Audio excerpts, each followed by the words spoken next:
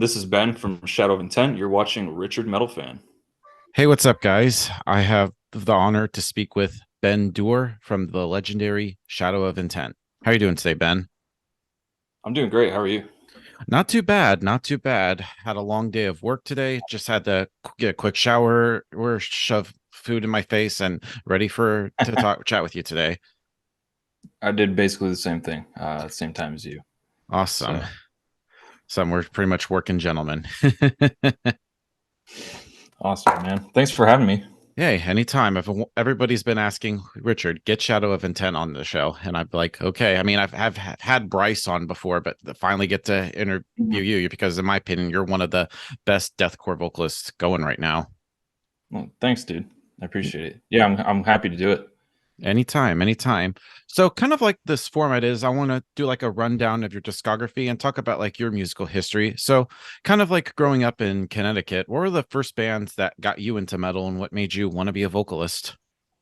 Fun fact: I actually grew up in Rhode Island. Oh, I Rhode moved to Island. Connecticut when I was about 21. Yeah.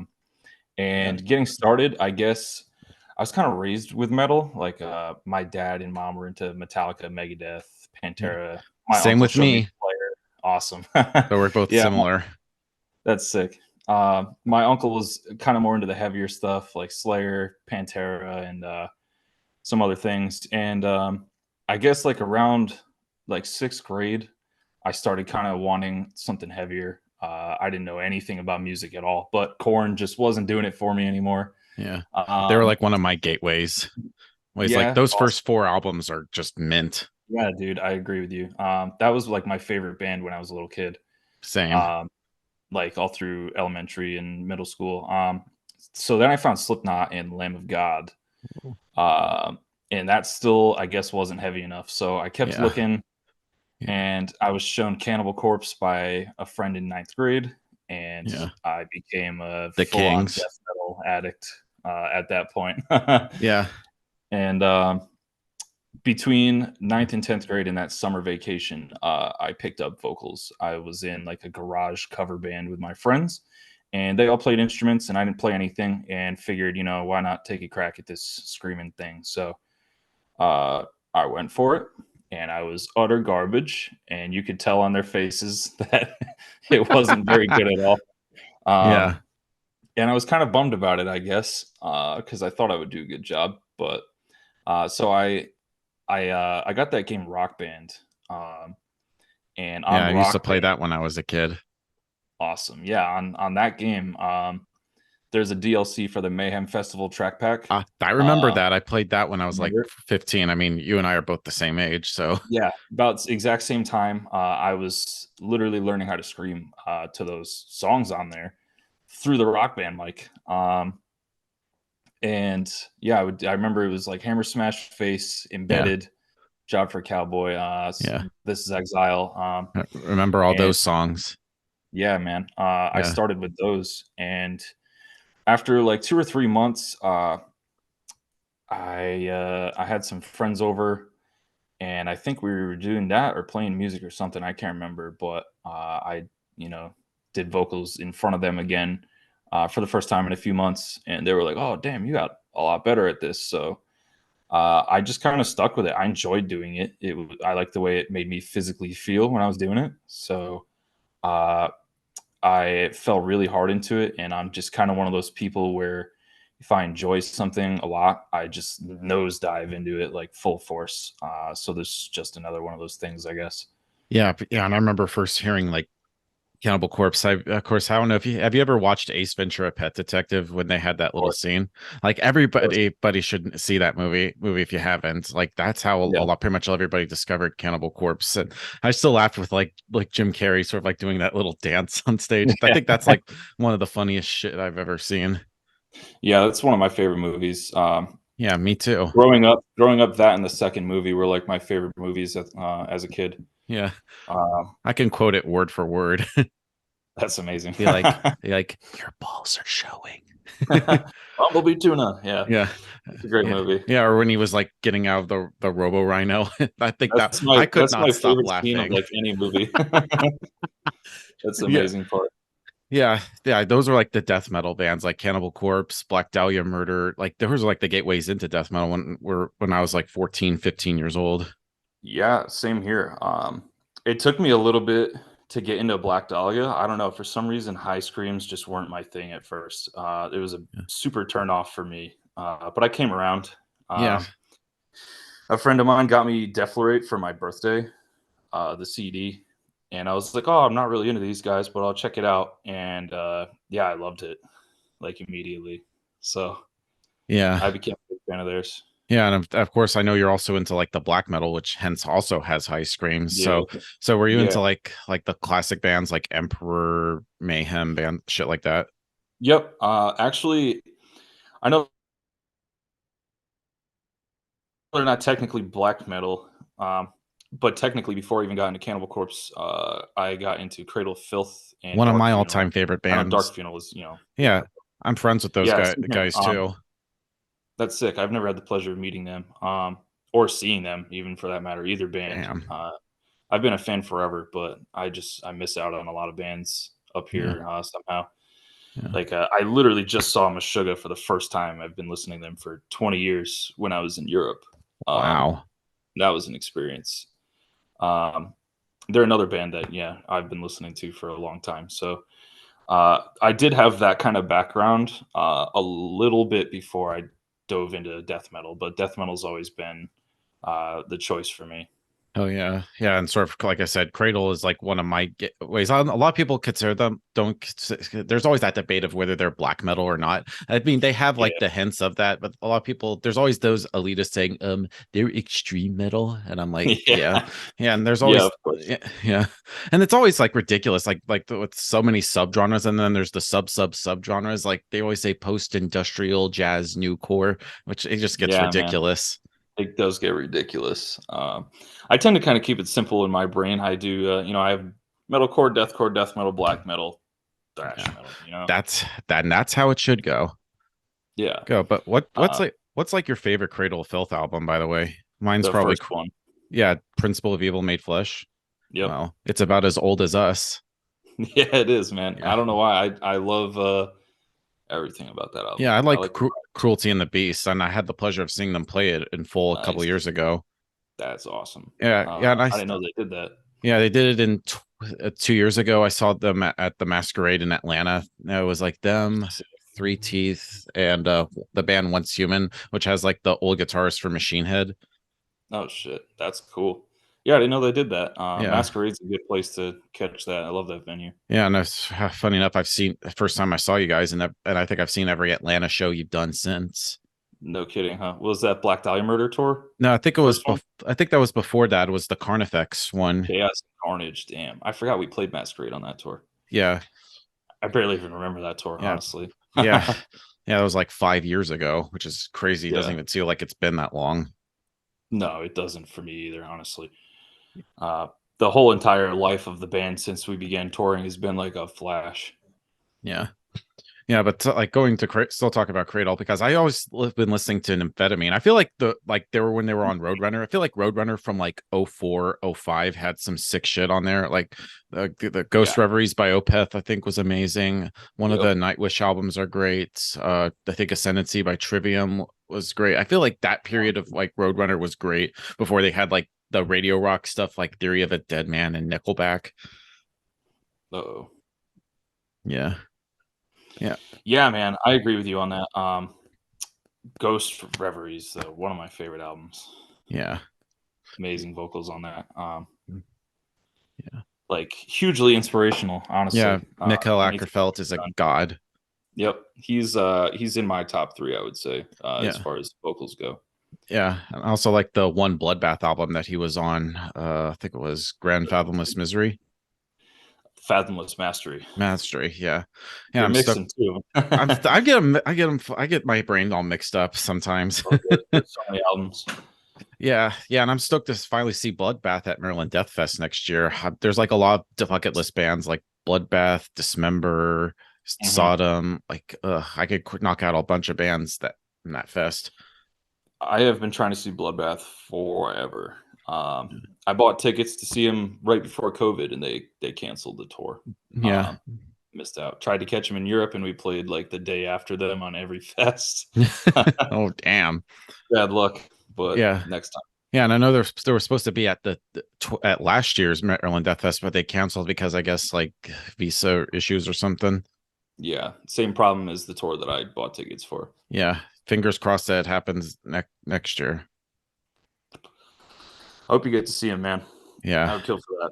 Yeah, there's like that. I'm also going to 70K next year. I'm seeing like a bunch of bands there, like Sodom, Unleashed, Halo Effect. Like, well, I already saw Halo Effect at Prog Power, but there's just so many bands. Like, I think next year will be the bucket list band year.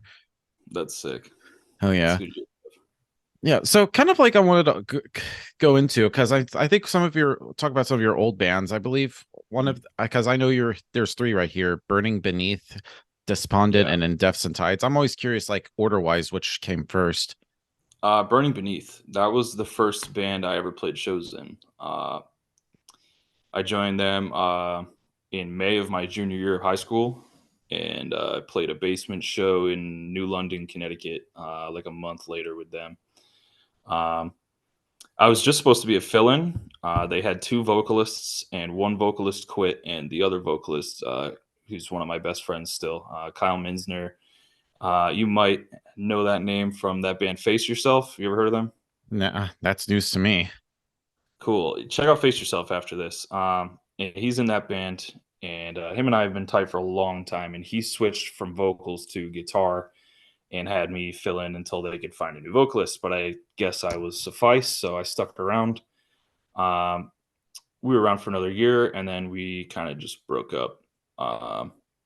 I don't really honestly remember Despondent too much. That was a very short period. And you said In Depths and Tides. Yeah, Yeah, that was the last. That was while Shadow was going on. yeah, because Shadow of Intent formed 2013. Yeah, December 2013, we recorded our first EP. Yeah, and it's hard to believe 10 years of Shadow of Intent. 10. Did Yeah, you think that you'd be around for 10 years? no, I thought we'd be around for maybe 1 year. I didn't even think anyone was going to listen to it. It was purely for fun and just to get music out there. I had never released any music before. Um, and Chris was relatively new to recording and all that kind of stuff. So we just made a thing for fun. And I'm super glad people enjoyed it and caught on and that we're able to do this now because, man, have our fans changed our lives. Honestly, it's crazy what everyone's done for us. Hell yeah. And you guys definitely come a long way in the 10 years you've done things. Yeah. And tell me about like that first EP in Fairy Centenia. I like that like nobody ever talks about it. So what was Yeah. that like? That was so um the first what was it? Yeah, the first day that we started, I believe I had bronchitis. And it just showed up, and I was a little nervous to be like screaming full capacity in Chris's basement. He had a really nice house, his parents, and I got the vibe that they weren't like that warmed up to death metal sounds, I guess. So it felt kind of weird, just belting out vocals in their basement, and neither of us had any experience recording at all. So especially not these kind of vocals. We really were lacking in the I guess the what's the word I'm looking for? We weren't as thorough as we could have been. We were kind of just like, oh yeah, that's a good enough take, whatever. And we didn't really pay much mind to the post process of things, like the mixing and mastering, which took a while. I think we had 6 months go by before the mixing was all done. So we didn't really know how to fine tune it, I guess. We just kind of were sent it and we're like, yeah, this is cool. And we put it out. And I literally, like I said, I didn't expect anybody to listen to it at all. Um, And I remember I worked at McDonald's at the time, and I checked the YouTube stream of it after a little while, and I saw it had over 10,000 streams, and I was like, "Whoa, that's crazy!" Um, and now the band accumulates that in like an hour after posting a video, which, if you told me that 10 years ago that would happen, I would have never believed you. Yeah. And I still love like the whole like Halo theme that you had, hence of course where the band name, which came from the spacecraft. Yeah. So are you still like a big Halo fan? Yes and no. Like I still love the first three and Reach and ODST. I still love like the nostalgia factor of it. I still have the books. I still buy the books when they come out. Um, but I really didn't enjoy the last several games. Um, and I've kind of stopped paying attention to the game itself and the lore. I did not like the TV show at There was a all. TV show. It was abysmal. Oh wow. That's news So to me. yeah, that kind of put a pin in the hype for me. And I mean, I'm just getting older as well, and my taste in, I guess, video game stuff has changed a lot. Yeah. Yeah, I haven't really keep up with like newer games. I always grew up because I grew up like a PlayStation fan. I grew up with still at like Hmm. the classics. Like I grew up with Spyro the Dragon, Sly Cooper, Jack and Daxter, and Kingdom Yep. Hearts. Those were like the pinnacle of like my childhood. Hell yeah. My first console was the first PlayStation. I had Spyro and Crash Yeah. Bandicoot, Gex, and all that kind of stuff. Yes. Yeah, same. Like I honestly I never love got into Crash, but Spyro was my shit. Shit, I even recently got a while ago got the like a remaster or sort of like re-envisioned of like the Mhm. original first three games. Like they modernized it to how it would if it would have come out in 2018, which is when it was released, the remaster. That's awesome. I saw the one for Crash, but I didn't know that there was one for Spyro. Yeah. Uh, that's awesome. That's like my brother's favorite game series, I think. Hell yeah. Yeah. Damn, that's a throwback, man. I haven't thought about those games in a long time. Yeah. Yeah, and so kind of like going into your debut album, Primordial, I like this Mhm. album. Definitely, in my opinion, one of the most underrated deathcore debut albums. So, what was the thought process going into making the first Shadow of Intent album? We definitely wanted to make it better than the EP. After we sat on that for a while, we really were dissatisfied, I guess, with the quality of it. Me, especially with my performance, because I guess, I mean, I was literally sick at the time, and I wasn't used to doing anything. Um, and when I heard it back, I was like, "Wow, this barely sounds like me." That's kind of weird. And I was never happy with it. I always wanted to do it again, and so that's uh, part of where my head was when going to Primordial. And second, just write some songs that were even cooler than the first five to go along with them, which I feel like Chris did a really good job. I remember when we were writing it, Battle was stuck in my head for like weeks when it was just an instrumental and I hadn't even written to it yet. Um, and I remember being very excited about it. I'm just glad that it came out decent and that people like yourself have such opinions of it. Yeah, yeah, it's still like a great thing. And one thing I always say love is like with every album, you're pretty much not on a label. It's all independent. And so, what made you guys decide to just like let's do our shit independent, like fuck any other labels? I guess it was just from hearing horror stories and also seeing uh, the lack of earnings in a lot of bands and seeing a lot of bands struggle, and talk about how there's not so much money involved and whatnot, and bands getting stuck in contracts where they bury themselves and the only way out is through the label basically, and the band gets canned because no one can do anything about it. So um, just keeping all that stuff in mind, we wanted to, if we were to sign to a label, we wanted it to be kind of on mutual terms and also be mutually beneficial. And since then, we kind of have almost eliminated the need to even think about doing that, I guess, because we're doing fine for ourselves. Yeah. We're still making smart business decisions. We are still, putting out content that we're happy with, and none of it is controlled, which is great. and that was, I guess, the biggest part of it was not being jerked around and told what to write. Right, totally, and totally, and you definitely put in a lot of work. Like you all busted your ass, and you've definitely gotten a lot popular. Definitely, a lot of the fans sort of like knows like you're actually very supportive. Same thing with the other another great band, Maker. They pretty much about the same thing as you guys. Like they're also Mhm. independent, and they pretty much grind out their own shit. Yep. I love those guys. They're all great human beings. Yeah, I've had Casey and Mike on a lot about a year ago, and I also had Johnny and with him talk with him and his other Mhm. band Carcosa. So which has the fuck what is it? Andrew Vena, and I've been a fan of Mhm. his like YouTube videos for a while. Mhm. Yeah, I just saw Carcosa for the first time like Yeah, 2 weeks ago with Angel Maker. They're a super good band. I actually really enjoyed them. yeah, I remember you were telling me about it in our DMs. Oh yeah, that's right. Yeah, I Oh, was gonna see them in Atlanta, but at the same time, I was actually at the Prague Power Festival, which is the last cool. day of the fest was the same day as the Angel Maker Carcosa show, and I'm like, fuck.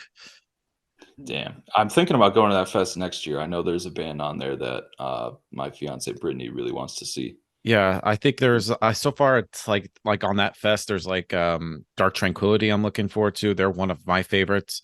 Let's see, there's Scar Symmetry I'm looking forward to and people say I kind of look like their harsh vocalist Robert, and I even told him about it. He's like, huh, that's awesome. That's funny. Yeah. Man, And I really enjoy them, but I guess I'm more of a Christian all of a sudden kind of yeah, guy. yeah. I remember like my buddy James Peterson was talking. There's like it told me about his other band, Miseration. Was it Yes. like one of their albums is like your favorite? Yeah, man, the Mirroring Shadow. Yeah, I used to, I mean, I still do. I used to jam that album all the time. I yeah. can like vividly remember riding on the school bus going to school and Miseration just obliterating my eardrums. Hell yeah, And I still love it just as much now. yeah. That dude was a definitely a big influence on my voice too. Yeah, like Starting those classic Scar Symmetry albums, like Symmetric and Design, Pitch Black, Progress, and Holographic Universe are still perfect. Like a yeah, man, Holographic Universe is definitely, I feel like the pinnacle of Christian's I run with the agree. band. I agree. Like I remember hearing like the opening to Morphogenesis. I was like, when he does like those guttural growls and then switching to cleans. I just love how he just alternates back and forth with those. Crazy, man. Super impressive. I can't sing at all, so Yeah. anyone that can do that shit is crazy to me. Yeah, and it's crazy how he left and then they replaced him with two singers. Yeah, that's what it takes, man. Dude is incredibly talented. Yeah. There's a certain grit to his voice that I really wanted to strive to kind of try and do myself. Back, when I was getting into things. He just has like it's not like the airier low tone, it's like the more kind of gurgly wet one. You know what I'm talking about? Yeah. Uh, that is like almost peak death metal vocals for me. Like it sounds insane. Yeah. And also like another band on that fest I was mentioning was Amorphous. I know early on they started out as kind of like just straight up death metal, but they definitely like evolved to like have like progressive elements, even folky elements. Like I know some people like prefer like certain Yeah. eras of the band, but I actually enjoy everything for the most part. But those early like albums like the Carillion Isthmus and Tales from the Thousand Lakes are still like perfect in like the Finnish death metal scene. Oh man, Finnish death metal. Uh, you like Demilich? Yeah, Demilich? I don't know how to yeah, I've heard pronounce it. that. And there's also Archgoat who are also going to be at Maryland Yeah, Death Fest Archgoat. next year. I listened to Whore Sweet. of Bethlehem. I think that's a Mhm. fucking kick-ass album. Yep, I agree. Man, some of the stuff I haven't thought about in a while. You're Yeah, refreshing my memory a little yeah. I'm bit. kind of like I'm like a literal encyclopedia man. I'm right there with you, dude. I'll have to send you this thing that I have on my phone. This playlist I got. Yeah, fuck Shoot yeah. you a I link need to to it. check that out. But yeah, kind of like talking about the second Shadow of Intent album, Reclaimer, because Mhm. usually with the debut album, you have like your entire life to write, and there's a lot of hype with the first album. When it came to making Reclaimer, did you feel like pressure to follow up Primordial? No, it was honestly a very natural feeling progression, and it was written not with haste, but it was written quickly. Not that we were trying to do that, but it just kind of came out naturally quickly. Chris was just banging out songs left and right. Some of those songs he wrote in like a day. Um, and then I was working at an airport in Bridgeport, Connecticut at the time, and I would just go on my lunch break and just write lyrics. I wrote "The Heretic Prevails" in my car, um, sitting eating Burger King, I think. So most of the album was written like that, or just like first thing in the morning before work, and it was done. I think like we started in December 2015, like right before Primordial came out, and then we were done writing. I think in like August. So it didn't take very long. We started recording, and we had a little bit more budget to go with a better mix master. So we chose Buster from Humanity's Last Breath. He did it for us, and you know, then the album came out, uh, Yeah. and that changed everything for us. Yeah. Reclaimer. Yeah, same. Because I know, and I also love like all the guest features. I know you had a Dan, formerly of Enterprise Earth, on Primordial, but I love how you had, of course, our buddy Jason from Ingested, Tom Barber, Alex from Slarts Prevail. Like, how did all Mhm. those like end up on this album? So Jason and Dicky, I gave Dicky a ride to Summer Slaughter 2016. I think it was. Yeah, Yeah. which was the best Summer Uh, Slaughter, by the way. you think so? Yeah, like I remember the last show of the tour was, of course, at the old Masquerade in Atlanta. Hmm. I think my pick might have been 2012, just for the fact that Cerebral Bore, Exhumed, JFAC, and Cannibal Corpse were all on the same show. Yeah, um, but yeah, I gave Dickie a ride to the Palladium in Worcester, and like right outside the venue, across the street, there's this Irish club. It's a bar, and Jason was at this bar, and Dickie went to go meet up with him, and I went with him, and we talked about things for a little bit. Jason was familiar with the band, so I was like, "Hey, we're having him on a song. Would you want to do a song too?" Um, so he was like, "Yeah." So we just were like, "Hey, if they both want to do it, let's throw them on the song." And Chris wrote the Catacombs, and so it came to be. Tom. Uh, um, he and I were we were friends back then. That was when he was still known as Shore. Sorry, I'm just trying to remember everything. It was a little while ago. yeah, Um, and he was definitely he was down to be on the song pretty much right as soon as I asked him. And Alex was worked through Jack Simmons, who's in Hollow Prophet. yeah, Um, I asked him if Alex would be down. He was like, "Yeah, he's doing features right now." So we worked it out. He did it relatively quickly, and yeah, that's the story of how everyone's on there. yeah, yeah. It's still like a beast of an album.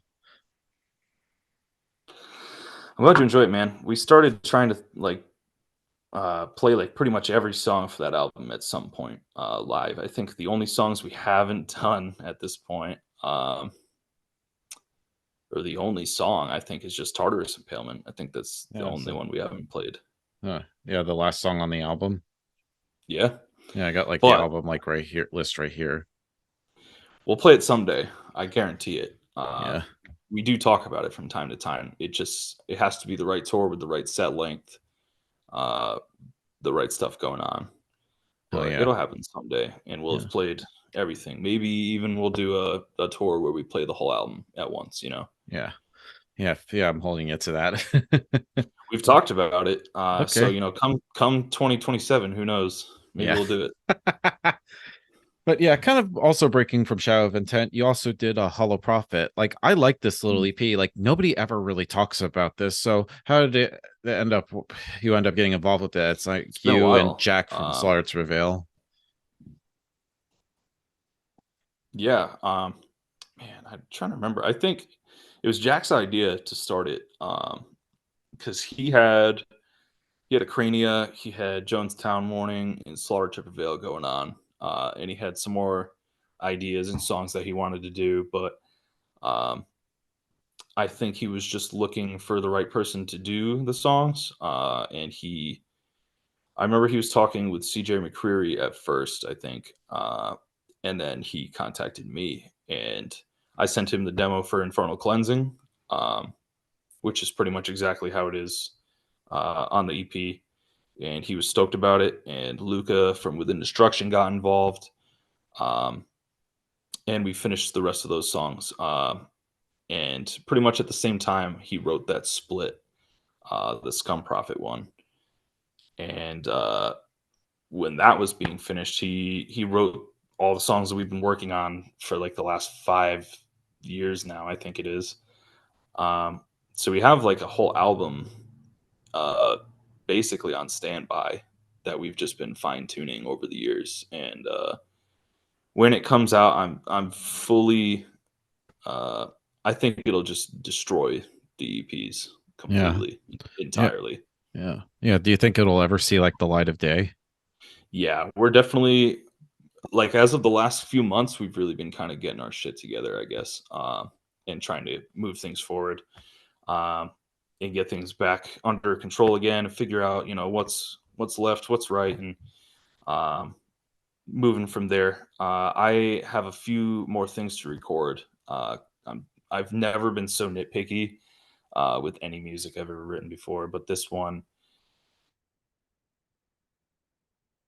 just has a certain ferocity to it, and uh, it just has to be met. It has to be on par. I Yeah. guess I won't Can't settle half-ass until everything anything. that I've written on it is equal. Yeah, I just want it to be like the meanest album you've ever heard, and Yeah. that's why it's taking so long, I guess. Yeah. So kind of like talking about like some of the touring that you've done. I know the first time I ever saw Shadow of Intent, like I mentioned, was the tour you did with Carnifex and Oceano. Was that like of course like the first like big like tour that you guys were a part of? Yeah, that was our first tour ever as a band. It was my first tour ever as a person. Chris had been on tours before because he has Currents.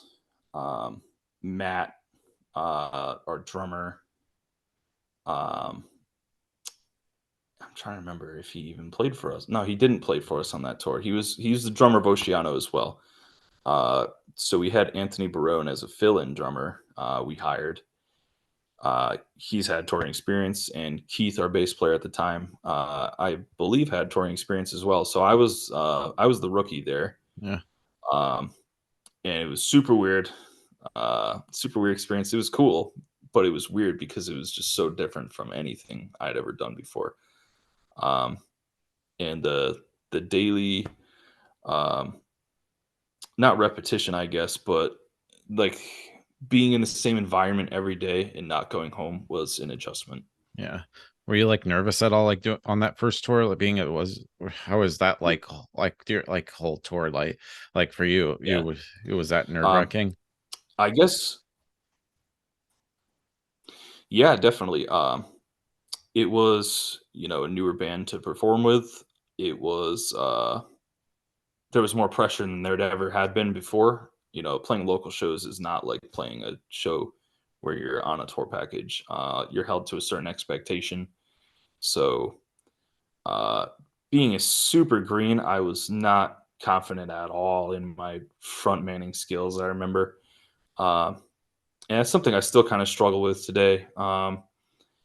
But back then, I was just like, it was just you see me doing vocals on stage, but in my head, I'm like, you fucked off. I'm just ripping myself apart. Um, don't stand still for too long and stuff like that. I don't know. I was going crazy, Oh yeah. and it took some getting used to, and took many shows seeing like, okay, maybe it's not so terrible after all. Oh yeah. To realize that we're doing okay. Yeah, and I remember first seeing you on the Atlanta show, and that was like my first time seeing Shadow of Intent. Ever since then, I was like, I mean, I was aware of the name, but then seeing you all live, I was instantly hooked, and ever since then, I've been a fan of you all since. Awesome, that's great. Oh yeah, Uh, we definitely try our best, man. That's oh for yeah. sure. And then I know that next tour you did after that was literally like 2 months later. I saw you all again with Black Dahlia Murder, Whitechapel, Fleshgod Apocalypse, and Aversion's Crown, which is like a god tier lineup. So what was that like playing with like I guess like the death one of the pioneers of deathcore Whitechapel, and of course with playing with Black Dahlia Murder and of course Fleshgod. Crazy, man. I made really good friends with the guys in Aversion's Crown. They're all extremely nice, humble, and caring human beings. I love everyone in that band. Fleshgod Apocalypse, same thing. Some of the nicest people. Can confirm. Yeah, for sure, man. And I just ran into them for the first time since that tour when I was in Austria over this summer. It was really good to see them again. Yeah. Uh, Whitechapel, I wasn't sure what to think of them because they're so quiet. I was Yeah. like, man, do they hate us? But that's Yeah. just kind of how they are. I know And now Phil's kind of quiet. me and him are very similar in that regard. Yeah, but I know I heard him say he has like social anxiety. I remember him saying that in, Yeah, like one of his old YouTube videos. yeah, same here, man. Like crippling social anxiety. Honestly, you probably never guess, but it's true. So he and I kind of relate in that, and we're all pretty decent friends. We don't, talk super often off of tour. Everyone's busy, but when we do see each other, uh, it's just cool hangs. And as far as the Black Dahlia murder goes, I'm super grateful we got to do that tour, especially now with the obvious. Yeah, Um, that was such a cool experience, and I'll never forget uh, being so new to the scene and pulling up to the first show and being immediately greeted by Trevor in the parking lot.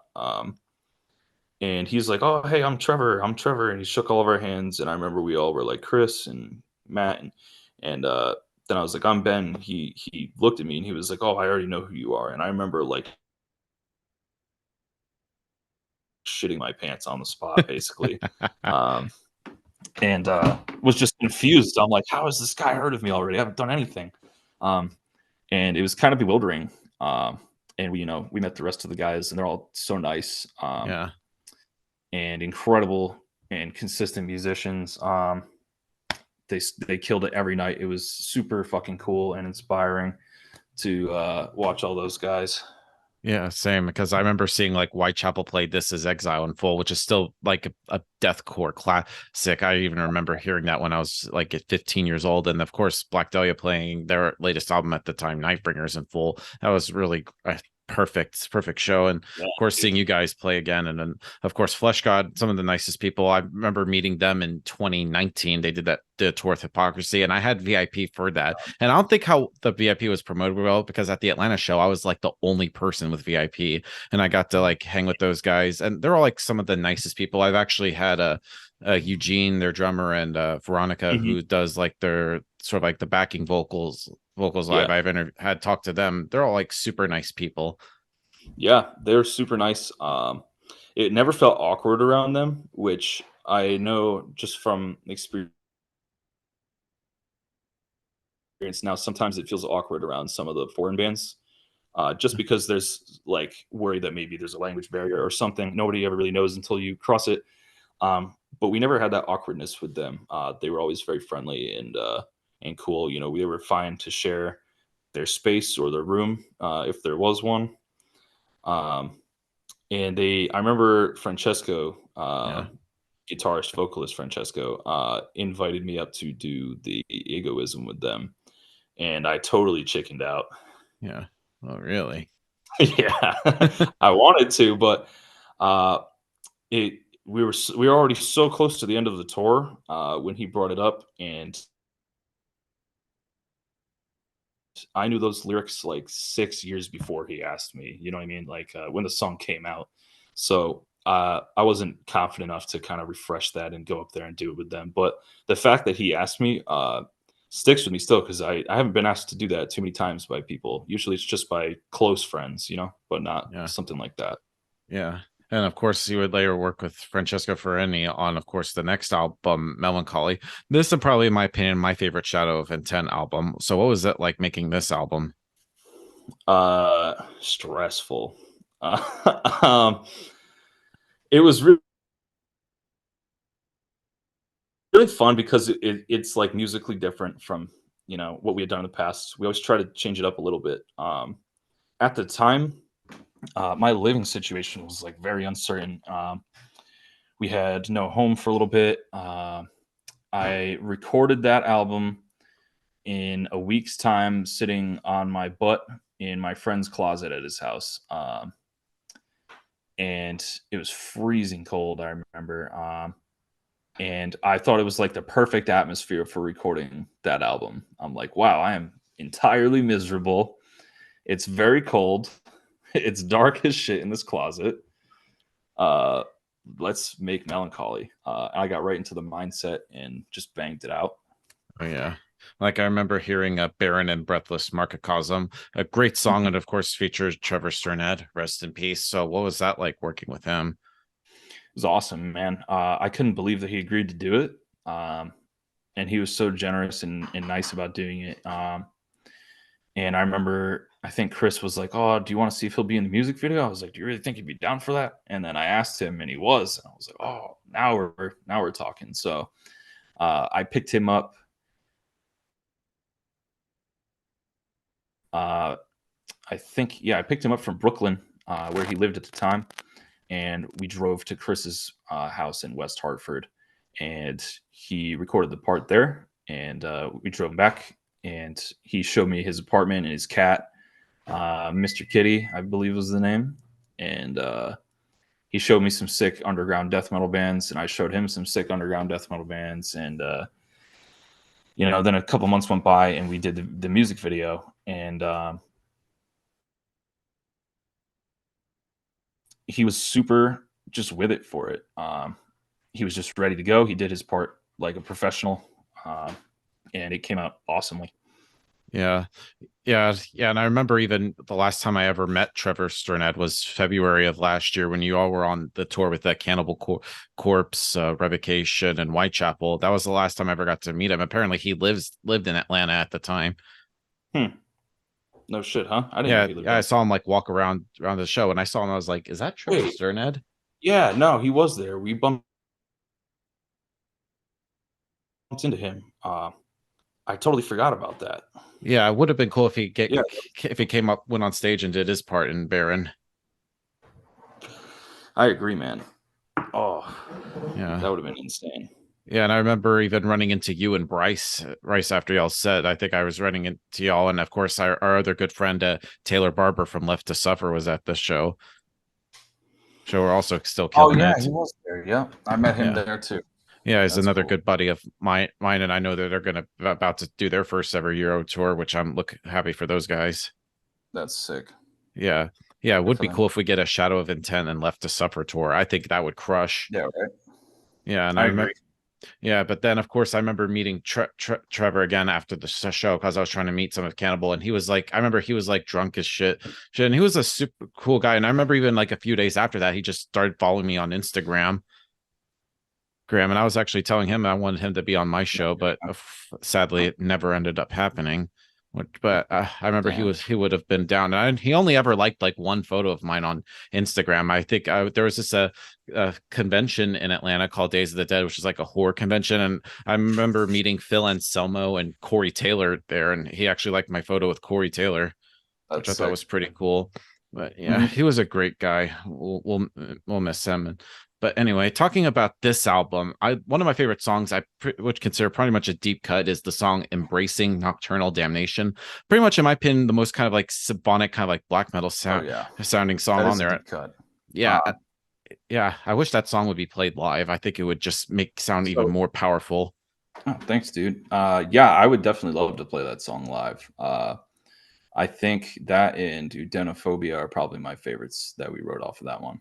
Yeah, If I had to especially choose. embracing, I think is like you guys' most symphonic black metal sounding song. I've seen some people like compare it to like Dimmu Borgir a little bit. Hmm. No, I mean there definitely was some like in Sorte Diaboli Yeah, influence into that song, but I mean specifically as like a homage, because that album was hugely influential for both Chris and I yeah, as it's like my musicians. favorite Dimmu album by unpopular opinion. That's a fair choice, man. Puritanical Euphoric Misanthropia is mine. if Yeah. I had to choose. Yeah. I feel like But both that, are great. Death, Cold, Armageddon, and Sorte are like probably my top three favorite Dimmu Borgir Yeah, albums. they're the unbeatable three. Absolutely. Yeah, and they're pretty much another bucket list band. I've been listening to them since high school. And you haven't caught them? Nah, I really want to. Damn. I remember hearing a Sacrilegious Scorn, and ever since then, I was a huge fan of Dimmu. Nice. And Yeah, I man. still, yeah, I still How do love you, like I remember they even had on in Sorte they had a Hellhammer from Mayhem play drums on the album. yeah, dude.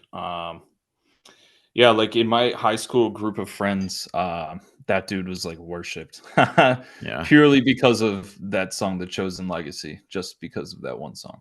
Yeah, and I also like Vortex because I think he has like that great operatic voice. And I think Dimmu really fucked up when they fired him, and of course their old keyboard player. I won't disagree with you. Yeah, Yeah, I won't disagree with you on that. yeah. But I know now he's killing it with Borknagar, which are another great band. I've seen them twice last year, and they were kick ass. And a lot of people describe them as like the Norwegian Mastodon. That's funny. I've never even thought about that. I guess that can make sense. Yeah, It's kind of yeah. funny. Yeah, totally. Like, and of course, I love that. Like on the Puritanical and Death Cult, they had Nick Barker, in my opinion, very underrated drummer. Because I loved Yeah. his work on the first three Cradle of Filth albums. Yeah, man. He's one of my favorite drummers for sure. Dude's insane. Yeah, yeah, it's just fucking ridiculous what he does. Yeah. So that song definitely makes sense that you hear that on and think that because it is definitely the kind of vibe we were going for, with like a little bit of death metal thrown in there, like for the mid section. Um, and I'm happy with the way it came out. It's like one of those songs that I'm glad that we did something like that. Oh yeah, and then of course your last album, Elegy, one of my favorite albums from last year. What was that like going from this to this?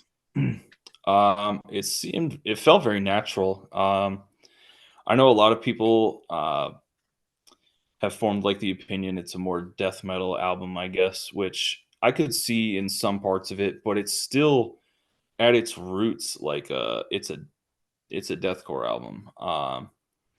There are things about it that set it apart from death metal, but uh, I guess we kind of tried to get the vibe of deathcore, death metal, black metal all at the same time. A little bit of prog thrown in there. Uh, Chris does love his prog. Um, and Bryce too. Bryce was like the perfect drummer we could have had for that album. Yeah, And I really enjoyed writing the songs on it. I definitely was kind of burnt with the Halo stuff. I wanted to do more yeah, serious music, yeah, so we did Melancholy. But Elegy, I felt like I found uh, what I want to write about, and maybe fans aren't as into that as the Halo stuff. But yeah. But you don't want to um, be labeled as like a Halo themed metal band. yeah, especially if I like literally don't play the games anymore and haven't for a long time. I played the new one and I played it once and that was it. So much more so than Halo, is a part of my life is history, and I have always kind of looked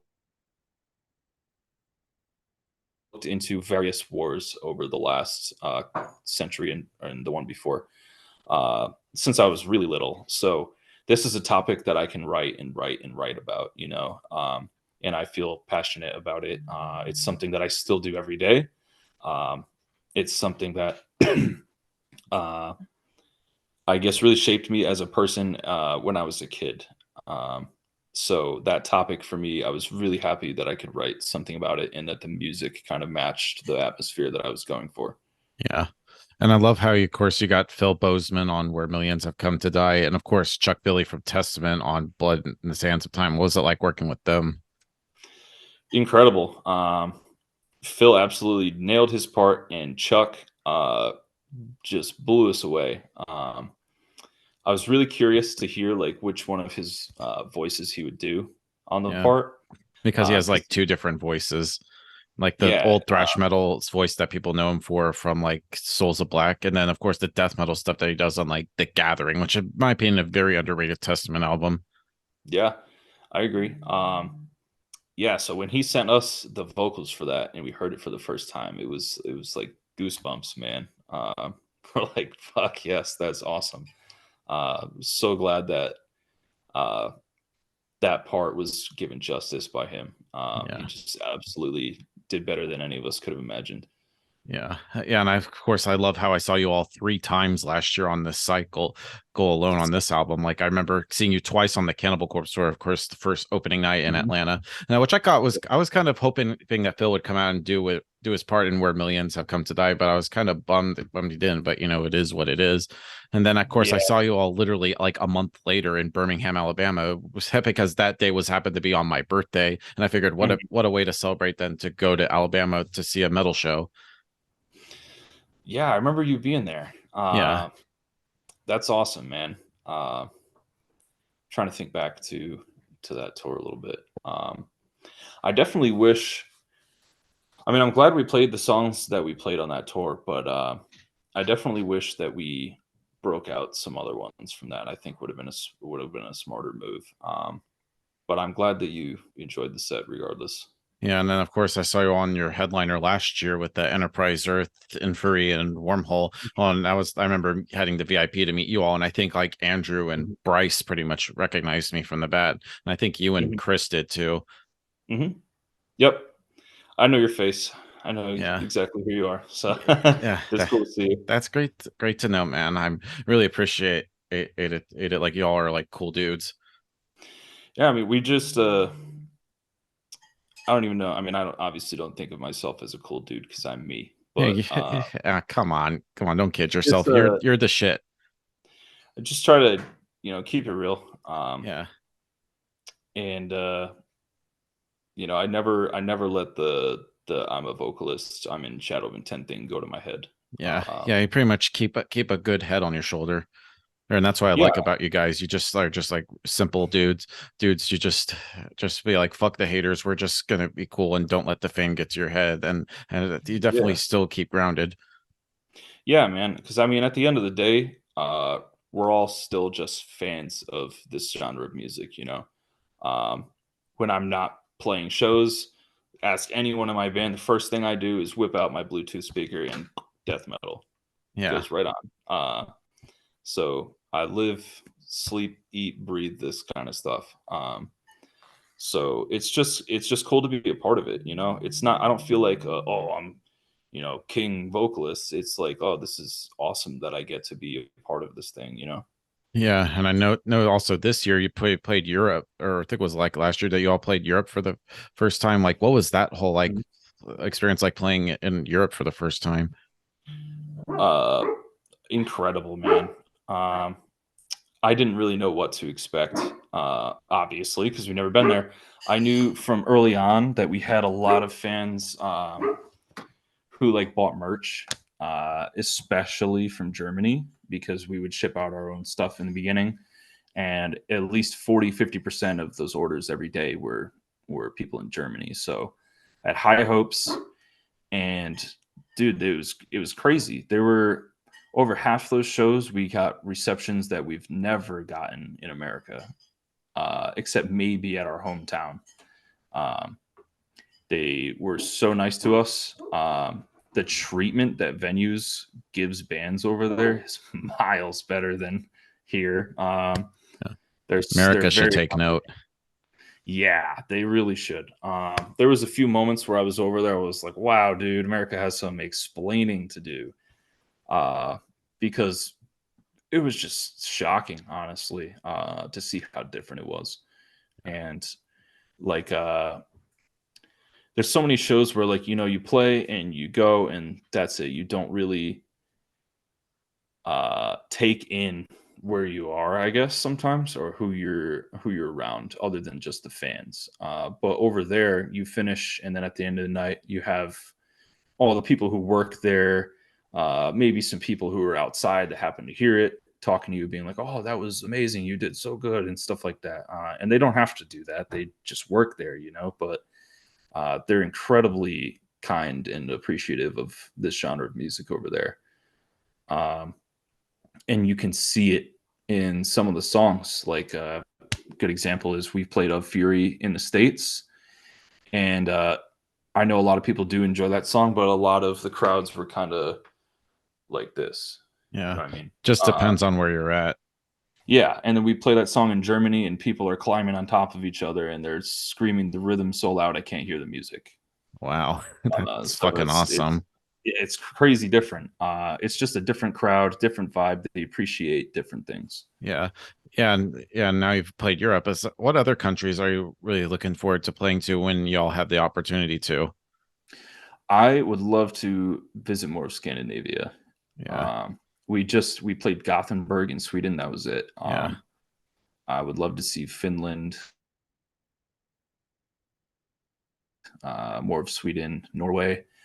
Uh, I would definitely like to go to the Baltics someday, Yeah. like Estonia, Latvia, Lithuania, um, and really just play everywhere that we have fans. I mean, I've gotten some messages from people from very remote places of the world Yeah. that I would never imagine you listen to this kind of music. Yeah. Come to Brazil. Yeah, there's Brazil. Man, I've gotten like Sri Lanka and Eritrea and Syria, Pakistan, like all sorts Yeah. of stuff, Yeah. Vietnam. And to play all of those places is the goal, you know? Yeah. Yeah. So far you got to get Asia, Australia, Yep. South America, and Africa. And I don't know how you're going to play in Antarctica. Maybe I know Metallica did it. I could see Yeah. maybe you'd be the first deathcore band to play in Antarctica. Yeah. We'll just copy Metallica. We work for everybody else. Yeah. Yeah. And being as it now has been a little over a year since Elegy, have you all started work on the next album? And what's the status with that, if you're allowed to say? I am not quite at liberty to say the status of it, but yeah, we've definitely started writing. We're always writing music. Um, we've got a couple things in mind, few things in mind that we're doing that I think everyone will really enjoy. Um, and one thing I can say about the music, though, is that this is the first time where, if you know what I mean by this, the album doesn't have like a clear cut sound or vibe to it, like each individual album kind of does, in my opinion. It's more like a blend of everything. Uh, it seems like we kind of found a way to throw it back to the old times while still kind of writing in the format that Elegy is, if that makes sense. Yeah. Yeah. So I'm really excited about it. Yeah. Yeah. So, and kind of in the end, Ben, to sort of wrap things up, what's next Mhm. for Shadow of Intent? Have you all got any more tours to wrap up 2023 and going into 24? Nope. We are taking a little break from touring. I have my son on the way, and Chris Yeah. is getting And married. and congrats, Uh, by the way, man. And Thank you. I yeah, appreciate that. yeah, you should raise your kid right with the metal. Oh, he will be. He's already loving it. Yeah, parenting done every, right. every time I play music or we go to a show, he's always kicking around in the womb. So Yeah. he Yeah, enjoys the stuff, I think. yeah, I'm really happy for you, dude. So thank you, Ben, for this conversation. It's just any final words you want to say to the viewers that are watching this to close this out? Basically, thanks for supporting me and the band and everything that we've done. Like I said earlier on in this interview, none of us had any idea that we'd be doing this at all. I always wanted to. So thank you for letting me do this. And I hope that I continue to provide you guys with enjoyable music and cool stuff. And I hope to see you at a show soon next time. Hell yeah. So everybody, Ben from Shadow of Intent, we'll see you next time.